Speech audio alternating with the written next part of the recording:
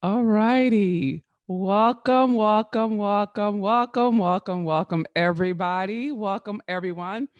I am Dr. Venus, your hot mess millionaire, and I welcome you to our Black Lives Matter series. And today our topic is Trump is not a racist.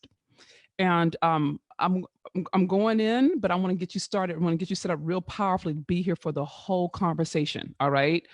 And this one's going to take this. I'm going in, so this is going to take a minute. This is going to be a full-on lesson. I'm Dr. Reese today. All right, I'm Professor Reese today. We're going in. So a couple of things I want to make sure you have in place. You may need a pen and pad. I would recommend you do that if you're a writer. But the good news is we're recording it. You'll be able to listen to it or watch it, just whatever you're available, however you do your thing. Okay.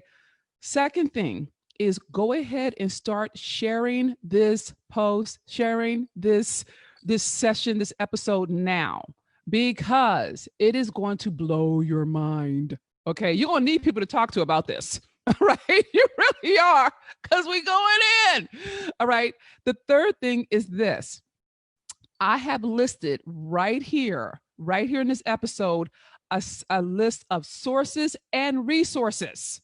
You can fact check me. You can read what I've read. You can do what you need to do. All right. You're a free thinker. I want to feed you. I'm not trying to carry you, but I want to make sure you win at this. Okay. So if you look, you'll see that there are different resources right here in this episode, including one to register to vote. Okay. So I'm putting everything at your fingertips so you can win at this and not keep having them pull your chain. Okay. And so I want to make sure I get that in. I'm trying to see if there's anything else I want to get into before I start. I deep dive into this. Um for those of you who know me, forgive me for having to say this every time, but there are people who listen who are new to me that don't know me and they're like, who is this chick talking smack? I'm Dr. Venus. And the hot mess part is I used to live on the streets, eat out of trash cans, and sleep in urine and beer. Okay. I'm a street girl. I come from a background of violence, popo, drugs, prostitutes, pimps, that whole scene. That's my background, right? And it was my ninth grade math teacher, a Black woman, holler and preach all day, every day, who literally saved my life. That is not hyperbole. That is how my life went down. And it was because of her tangible love that I am alive and I'm whole. I got wounds, but I'm whole. And it's because of her that I eventually graduated from Stanford University with a second master's degree and a PhD. I have 4 degrees. I am an identity theorist by training. Okay. What that means is I'm a philosopher. I talk smack for a living. Sometimes it's funny, sometimes it's deep, but it's always real. And I studied the intersectionality of race, gender, sexuality, and class. Okay. And fundamentally, what I focus on is how do you know who you are? What is your identity? Like, how do you identify? And I don't mean like, what political party you identify with, but like, how do you know who you are? Okay. And so I just want to give you a sense of that. And so I have, I have a bestseller out. I have an international bestseller out. I have a podcast. I have a tribe, over 100,000 deep, my truth tellers. Um, I've toured internationally. I've got major media under my belt. I'm saying all that to say, so y'all understand, I'm not just some Joe in a diner talking smack. This is what I do. I brought my research to market, and that's the hot mess part. The millionaire part is I've grossed over $5 million in less than 6 years. I literally pimping my pain for profit, or said in a different way, bringing my research to market such that monetizing it. Okay. So I'm putting all that in. So for people who are new to me, who don't know my flow, are like, okay, this chick is not, I'm not just talking off the top of my head. All right. And not that you were doubting me, but it's important for people who don't know me to understand, okay, this is not, I'm not just freestyling. Okay. So I want to get that in. And trying to see if there's anything else. I'll just make sure I get all my public service announcements in before I go in hard on this. Okay. Um, I think we're good. I think we're good. But I'm going to encourage you, please. share this, invite people, let people know about, because no one else is teaching context. No one else is teaching us how to hold this so we don't go crazy as the world transforms. And I want to begin saying, I want to say this up front so y'all can breathe with me. I know it sucks. I know they are killing Black people left and right. They're killing white people too, right? But there's a whole thing going on right now with killing Black people. And I want you to hear this. It gets worse before it gets better. Okay? This is a dying breed. This is the last hurrah. This is the fight for who we are. Okay? And it's important that you remember that it is extraordinarily painful. I know that. I'm with you. Be clear. I just stopped crying this week, right? And it's awful seeing the visuals, watching it, feeling it. All of everything you're feeling is valid. Your truth is valid. So I want to make sure I speak that before I start teaching, okay? And I want you to be very clear. This is what change looks like. This is no different than what went down in the civil rights, with the civil rights movement. This is no different than what went down with Rodney King. This is no different than what went down with every movement from the Civil War to now. And the difference now is we can see it. Okay. So I need you to understand that it hurts and change hurts. Okay. So you please let yourself feel what you feel and let yourself get educated so you can learn how to dismantle this machine. Okay. So I bear witness. I know you're here because you're hungry. Let me feed you. Okay. And I can't say this enough. Please share. Please invite. Please pass the knowledge. If we do not get ourselves oriented around deconstructing social systems and we keep taking the bait, we are going to lose. Okay. So with that being said, if you go to, I wrote a bunch of notes. All right. I went straight up professor on this. If you go to the notes that I have here, I have some very basic definitions. What the hell is racism? And it sounds basic, but I want to get us on the same page. Okay. So let's just talk about racism. All right. And that's number 5. Racism. Now, prejudice, discrimination, or antagonism directed against a person or people on the basis of their membership of a particular racial or ethnic group, typically one that is a minority or marginalized. Someone, truth tellers, start scribing for me. Someone write down marginalized or minority. Please get that down. All right. I want to make this plain for you. All right. And it's just, you got to hear this. Racism is about minorities and marginalized people. Okay. Hold on to that particular thought. Let's go to white supremacy. Okay. Both of these are nouns, right? White supremacy, plural noun. White supremacy's the belief that white people are superior to those of all other races, especially the Black race, and should therefore dominate society.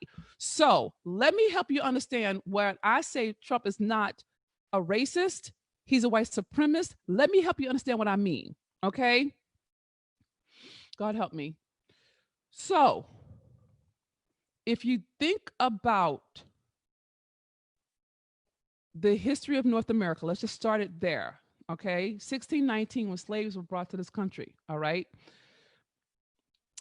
And work the land, work for free, all that stuff. We've already covered that.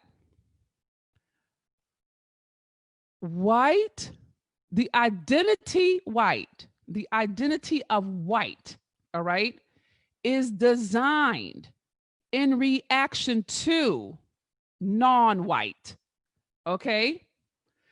White supremacy is rooted in a self-identification that requires, please catch this, requires your participation in order for it to know itself is powerful. I'm going to say that again, God. I don't know if they caught it. So each time Trump does something, dog whistle something, position something. Let's say the Juneteenth. I know it's been changed, but initially it was like he's going to start his rally for his 2020 campaign in Tulsa, Oklahoma on Juneteenth. Okay, which is historically when Black people declare our own independence. That's our Independence Day.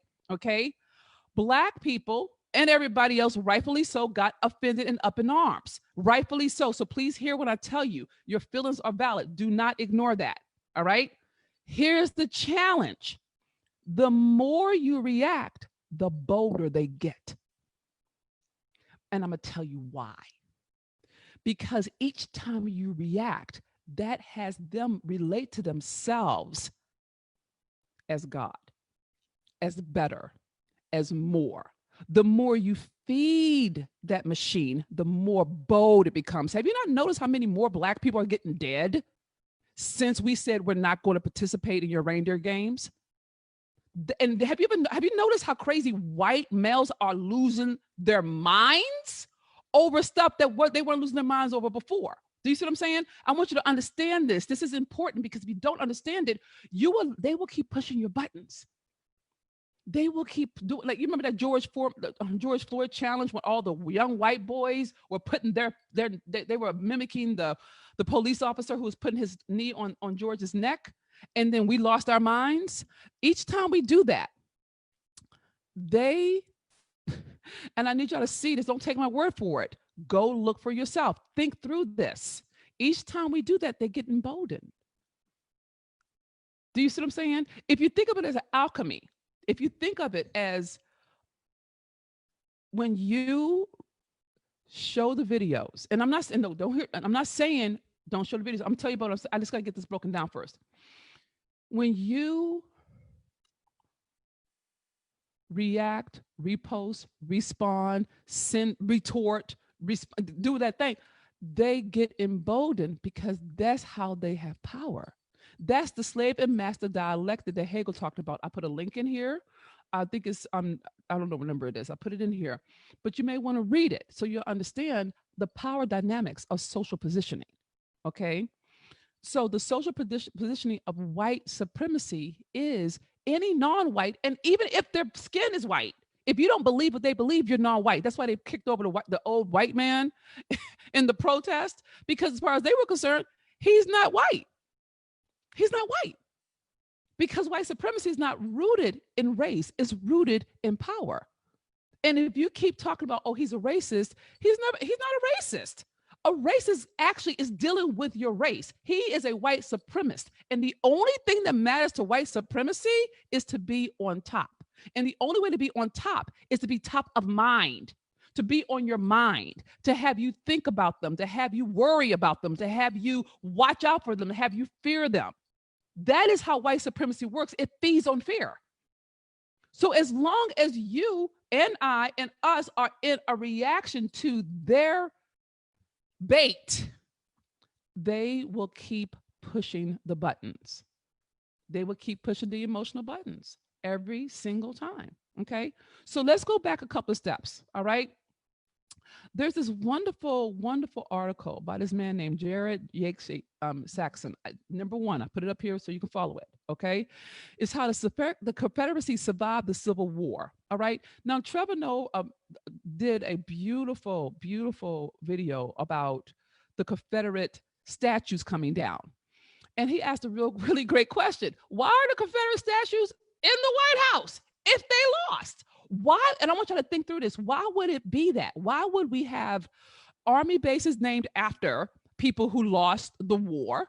Why would we have their statues all over the South? And why would we have their statues in the White House? Because it's white supremacy. The actual act of having those monuments in those spaces have nothing to do with you, and has everything to do with them relating to themselves as all powerful. Okay. So when they see those monuments, that's a reminder to them. Oh, we get to say how this goes. All right. It's not race, it's power. It is white supremacy. So when Trump says he's not going to take them down, I want you to hear this, and you're going to have to think through this with me. Okay. He can't take them down. He takes them down, he becomes invisible. Do you understand that? He takes those, if he if he actually let President Obama's picture hang in the White House, he becomes invisible. I don't know if this is making sense, but my prayer is that it's landing. Okay. I hope it's making sense. All right. So the Confederacy is the best kept open secret in North America. When we had the Revolutionary War, all right, and the Federation, the Confederates, they weren't trying to leave. And this is, they rewrote history about it. Daughters of Revolution rewrote this. They rewrote it. But the 11 states that said no to Abraham Lincoln about federal laws versus state laws, they weren't trying to succeed from the South. They were stating that they wanted to actually be the superior race in North America. Okay. And that's the rub. It wasn't the way it's sanitized. It makes out what they were trying to leave. They weren't trying to leave. They were trying to dominate. They were like, no, we're the white race. Black people, Native people, everybody else that's not us, and even the people who are white who don't believe with us, they're inferior, and they need us to dominate them. The Birth of a Nation, the first motion picture, is designed to show the Ku Klux Klan as saving America, protecting white women from savages. And that's why it was so popular. They played it in the White House because the Confederacy didn't go away. It went underground. Okay, so the Ku Klux Klan, all the stuff you see right now is now becoming visible. That's always been there. Those monuments were always touching stones for white supremacists. There's a whole ideology. There are books written about this for them, to them, about how they're the superior race and how there are these conspiracy theories that we're trying to take something from them, which makes them even more hyper vigilant around violence because they really are waiting to be attacked. That's not a justification, by the way. I just want you to understand the logic of the social positioning. Okay. And so what I'm dealing with this whole historical transformation is this. White supremacy is so part of the culture that not only do we not see it, we perpetuate it. We perpetuate it by dancing with it. And I'll tell you what I mean. What's this child's name?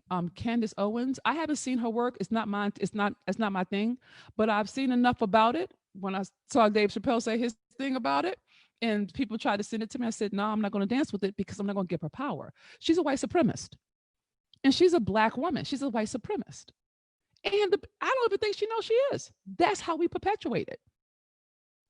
There was, I don't know if it was Killer Mike. I don't know who said it, but there was one of the men I was listening to talking about how we fall. I think it was David Banner who said we follow the white gaze through the camera.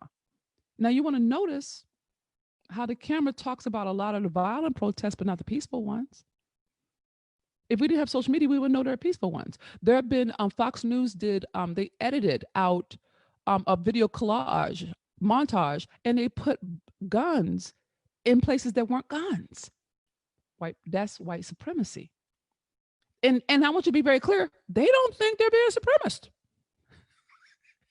You see what I'm saying? They're just positioning everything that's not them as something that needs to be subdued, something that needs to be controlled and contained. And by so doing, they know themselves as power. Okay? So I'm going to encourage you to start really dealing with, I want you to read through Jay's work because he says, and he does it really, it's really digestible and is very, very helpful. But I want you to understand that white supremacy is so part of our nature. It's so part of our network of what it means to be American. We don't see it. For example, Congress. I want to read something to you so you can hear how this works. Congress has a lot of, for people who get voted into the Senate, into the House of oh God, I can't even say my words right now. God help me. The House of Representatives, the Senate, for congressmen, I want you to hear this.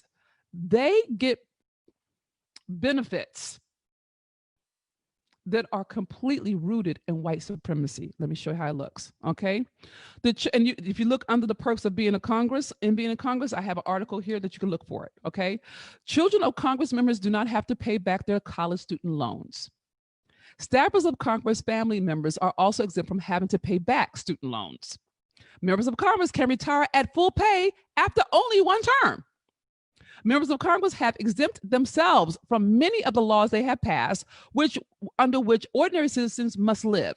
Okay, for example, they are exempt from any fear of prosecution for sexual harassment. And as the latest example, they have exempted themselves from the health care reform in all aspects. There's more, but I want you to see how far this goes. That's white supremacy. We don't even see it. We didn't even think to ask. I didn't even think to ask, like, oh, damn, they don't even get to get voted out. It's like, well, damn, why would they leave? They have gym memberships. They have barbers. It's white supremacy in our face that they're using our money for. We're paying them. And we don't even know it. That is how invisible white supremacy is to us. Do you see what I'm saying? That is what I want you to hear. Is like, when you're talking about racism, what you're doing is you're bending your eye back on us. And I'm not saying there's something wrong with that. I'm saying we're not looking at them. Ava DuVernay is doing a project called LEAP, and it's all about the blue code of how come we don't know the police officers, the names of the ones who have a history of brutality? How come we don't know their names? We know all the people that die from them. We say their name, but we don't know the cops' names that did it.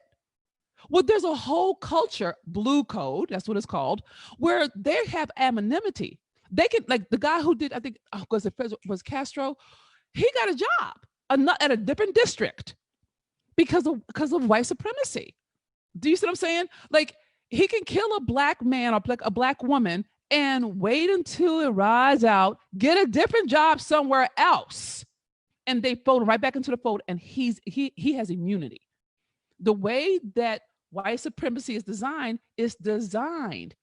to be invisible. It's designed to be right in your face. It's designed for you to be like, it's designed like an open secret. It's designed so that you don't even see it, and it's right there. If you look in your own life, and I invite you to have the courage to look in your own life, you will see that you have been at the effect of white supremacy your whole life.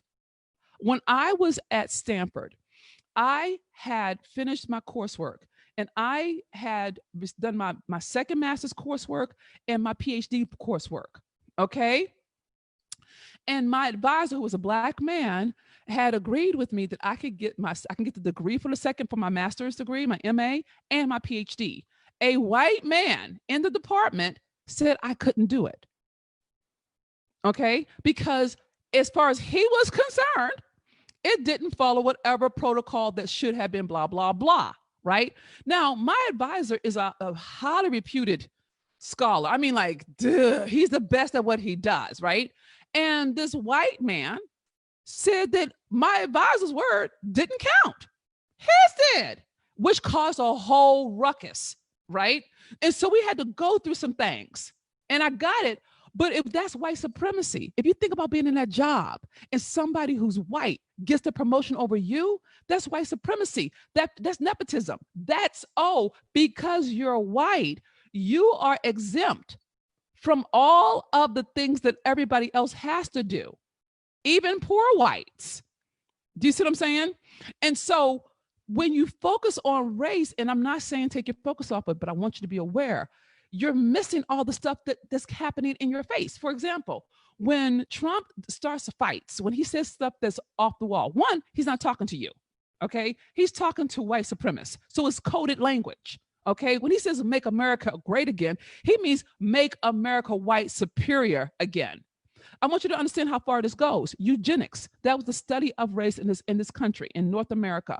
Hitler watched how the South did their eugenics, how the South did racism, and he used that as the model for the Holocaust. It's all, you can go look at it. It's not hard to find. It's out there, okay? That's white supremacy, okay? So when you're focusing on you, you're not looking at them. So each time Trump does something, he's putting in another circuit court judge.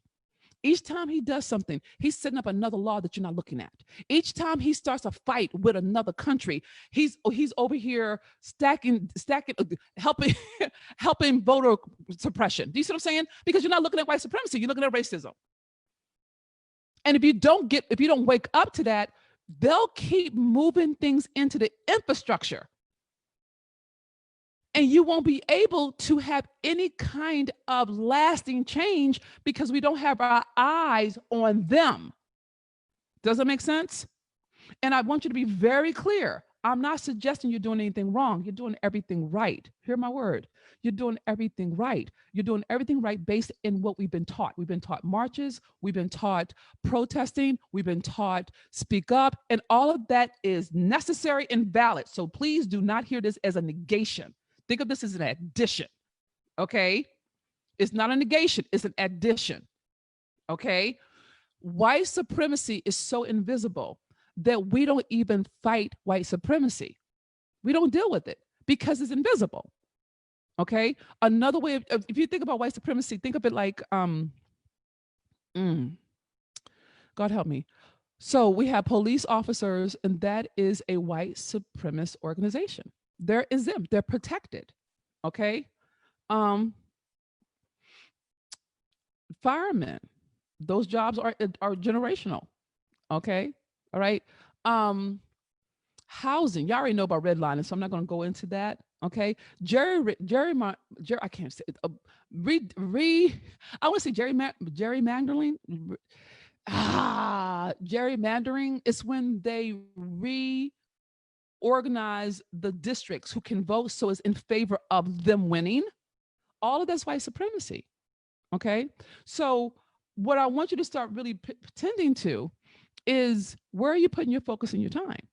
All right. Are you spending more and more time looking at and putting your attention on how you feel about the violence and the ugliness of white supremacy, which is completely valid?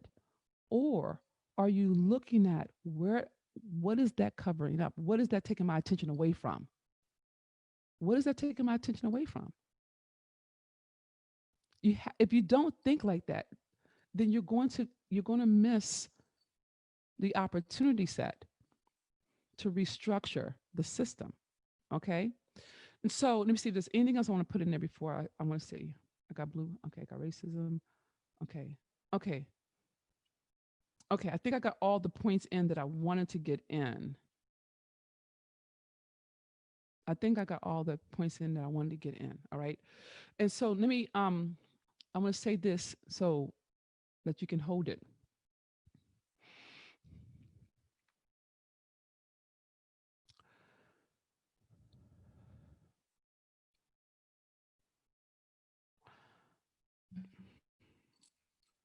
The hardest part of any kind of transformation, any kind of change, any kind of social change, is staying the course until it turns.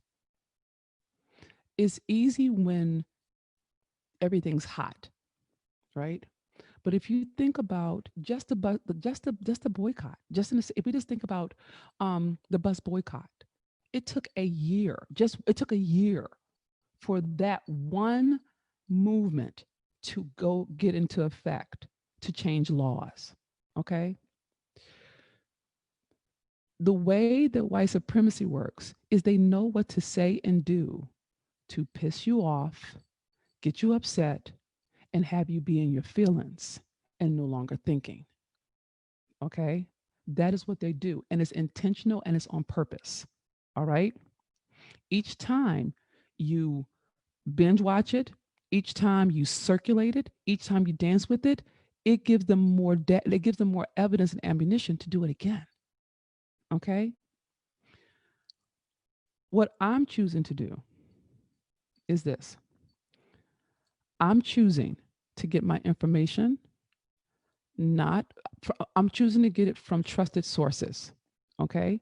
So that I'm not feeding their machine. Does that make sense? I'm really looking at where I get my information from, right? And I tend to like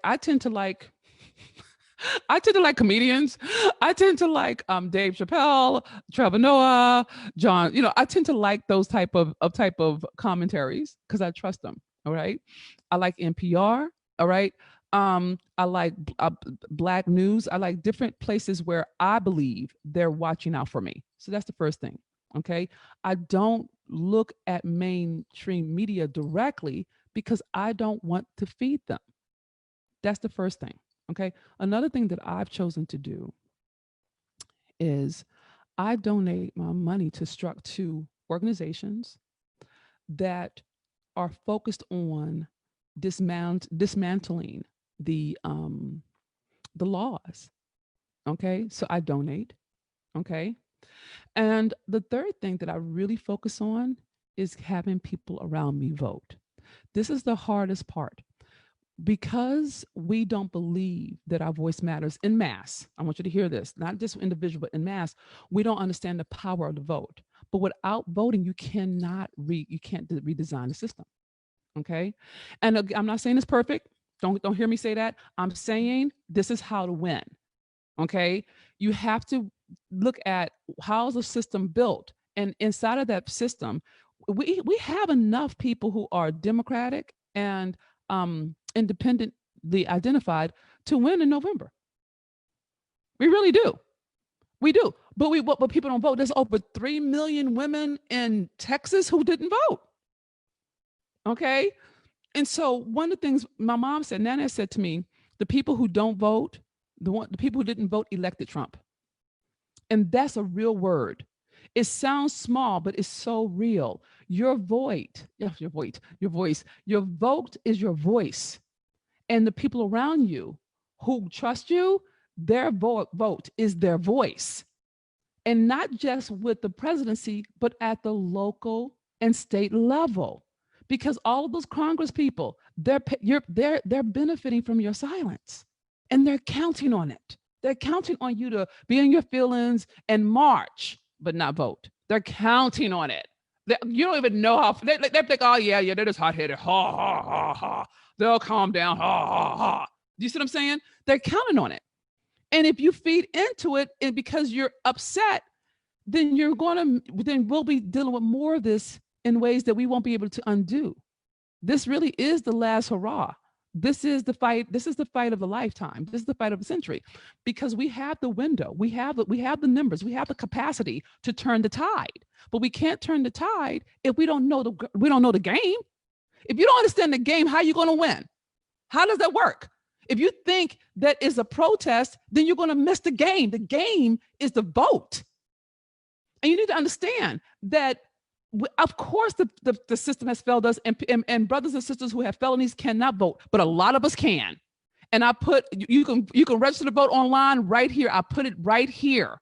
So you don't have any reason not to. But I want you to hear this. And my prayer is that you can receive it. God, please help them receive this. You voting is the most radical act you can do. It is more powerful than you realize. They know how important your vote is. That is why they messing with stuff. That is why Georgia went through all that chaos just to get a vote in. They understand how valuable your vote is. Do you? Do you understand what's at stake with your vote? It sounds like only one person, but one person jumps to 10 people, 10 jumps to 100, 100 jumps to 1,000, 1,000 jumps to 10,000, 10,000 jumps to 100,000, 100,000 jumps to 1,000,000 votes. That is how this works. And if you don't get yourself oriented around having the people around you vote and making sure they show up at the polls, then you're gonna be living in a dictatorship. And I'm not messing with you with this. You'll live in a dictatorship, because that is what white supremacy does. It's a different form of Hitler. It's a different form, and not even like it's different. Like it's the same thing. It's just like, but we don't have to. If you can embrace your power, my prayer for you is that you understand that this is your time. That everything that has happened in human history has prepared you for this time. You were born for this. You were born in this time period, in this season, during this election, for a reason and a purpose that is bigger than yourself. We have the opportunity right now to change the course of human history. We could do this. But you got to understand how powerful you are. They know it. They can't exist without you. Literally, white people cannot exist. White supremacy can't exist without you. They depend on us for everything. They need our participation in our subjugation in order for them to know themselves at all. When we dwell inside of our power, they lose their power. And yes, some of us will die. Honestly, some of us will die. And that's not, and you got to get your heart okay with that. I don't mean in a good way. I mean, this is the nature of change. Okay. And when Dr. King said, I went to the mountaintop, if y'all don't ever, if you want to get inspired, go listen to Dr. King's mountain spot. He said, I've been to the mountaintop and I saw the other side. I'm not scared of him. I'm not, he's not afraid. You got to get to the place where you understand that you're so precious and so important that life or death depends on you. You got to get yourself over. You got to understand that. If you don't, you won't understand why they're going so hard in the paint to take us out. And they won't and they can't. They won't win. But the speed with which we win is a degree to you realize how powerful, how precious, how needed, how important, how significant, how special, how amazing, how awesome, how excellent, how absolutely magnificent you are. You dwell in that and then speak. You dwell in that and then talk and then march. And you see what I'm saying? You dwell in that shit, they ain't gonna do nothing with you. They ain't got no power. They ain't got nothing with it. You know, and you can see it all over the place. Okay. But you got to get yourself oriented in that versus reacting. If you look at history, and I'm gonna stop on this, God, I'm gonna stop in a minute. Our ancestors have gone through far worse than what we've gone through, in my opinion. In my opinion, we don't have water hose. We got rubber bullets. You understand? They had dogs on them. They had slave cats. They had tar and feathering. They would cut a woman's belly and pull the baby out and stomp it. That is, they would tie a slave limb to horses and pull their limbs apart. I want you to be clear. As far as I'm concerned, we got it easy. And I'm not saying it's good. I'm saying it's our time. And you have to understand that if you don't take this on, like your life depends on it, then the future lives of future generations won't make it. And I'm not saying it like a heavy, I'm saying it like a privilege. Okay. So I'm gonna fall back. Okay. I'm surrendering the mic. I'm surrendering the mic. Everybody take a deep breath in through your nose. Exhale through your mouth. Deep inhale through your nose. Exhale through your mouth.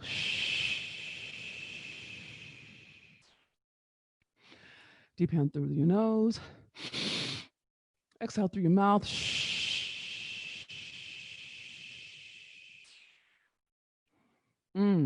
Ashe. I call on the ancestors. I call on the spirits. I call on them.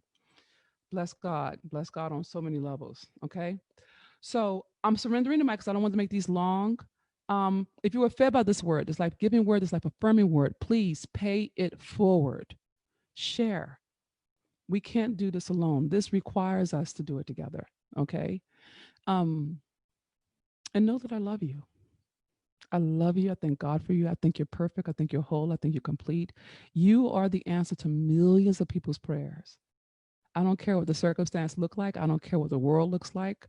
You are bigger than your bruises. You are bigger than any circumstance, any virus, any supremacist. They don't get to say. They don't get to say who you are. And they don't get to use you. I'm not having it. Not on my watch. Okay? So we will walk this. And we'll walk it in glory. And on the other side, when we look back at our victory, we'll be proud that we honored our ancestors and we honored each other in the process. Okay. Know that you love beyond measure my sweet sisters in success and the brothers who love us. I'm Dr. Venus, your hot mess millionaire.